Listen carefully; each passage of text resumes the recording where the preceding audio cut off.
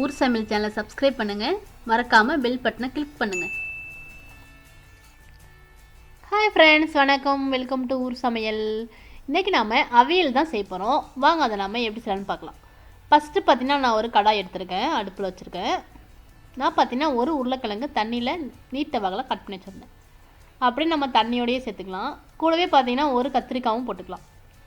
அடுத்ததாக பார்த்தீங்கன்னா ஒரு கேரட் எடுத்திருக்கேன், கொஞ்சமாக பீன்ஸு, கொஞ்சமாக புளிப்பு இல்லாத மாங்காய், அடுத்ததாக பார்த்தீங்கன்னா மஞ்சள் பூசணிக்காய், முருங்கைக்காய்.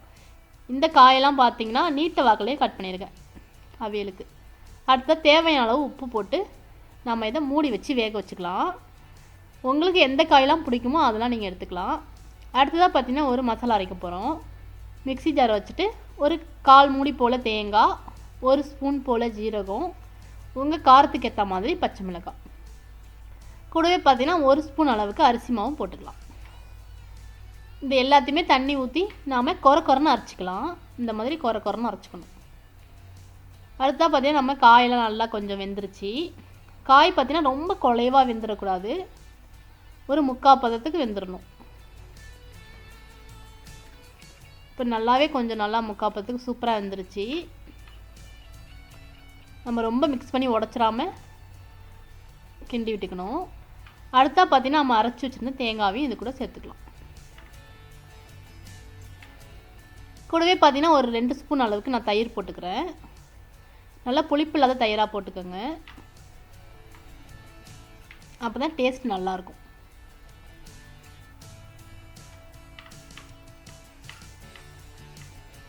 இப்போ பார்த்தீங்கன்னா நல்லா மிக்ஸ் பண்ணிட்டேன். இது பார்த்தீங்கன்னா மூடி வச்சு நம்ம கொதிக்க வைக்கக்கூடாது.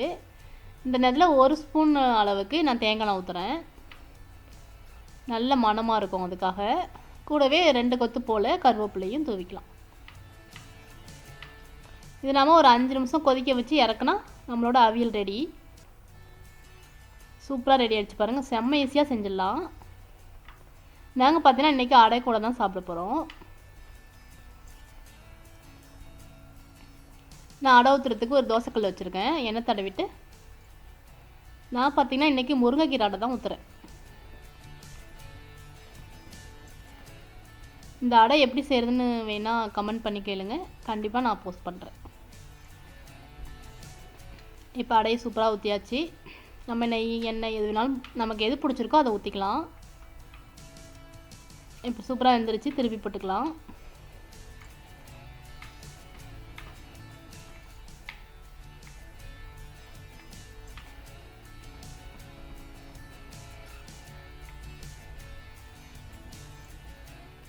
அவ்வளோதாங்க, நம்மளோட அடையும் அவியல் சூப்பராக ரெடி ஆகிடுச்சு. கண்டிப்பாக நீங்கள் ட்ரை பண்ணி பாருங்கள். ட்ரை பண்ணி பார்த்துட்டு உங்களோட கமெண்ட்ஸை எனக்கு தெரியப்படுத்துங்க. நன்றி, வணக்கம். ஊர் சமையல் சேனலை சப்ஸ்கிரைப் பண்ணுங்கள், மறக்காமல் பெல் பட்டனை கிளிக் பண்ணுங்கள்.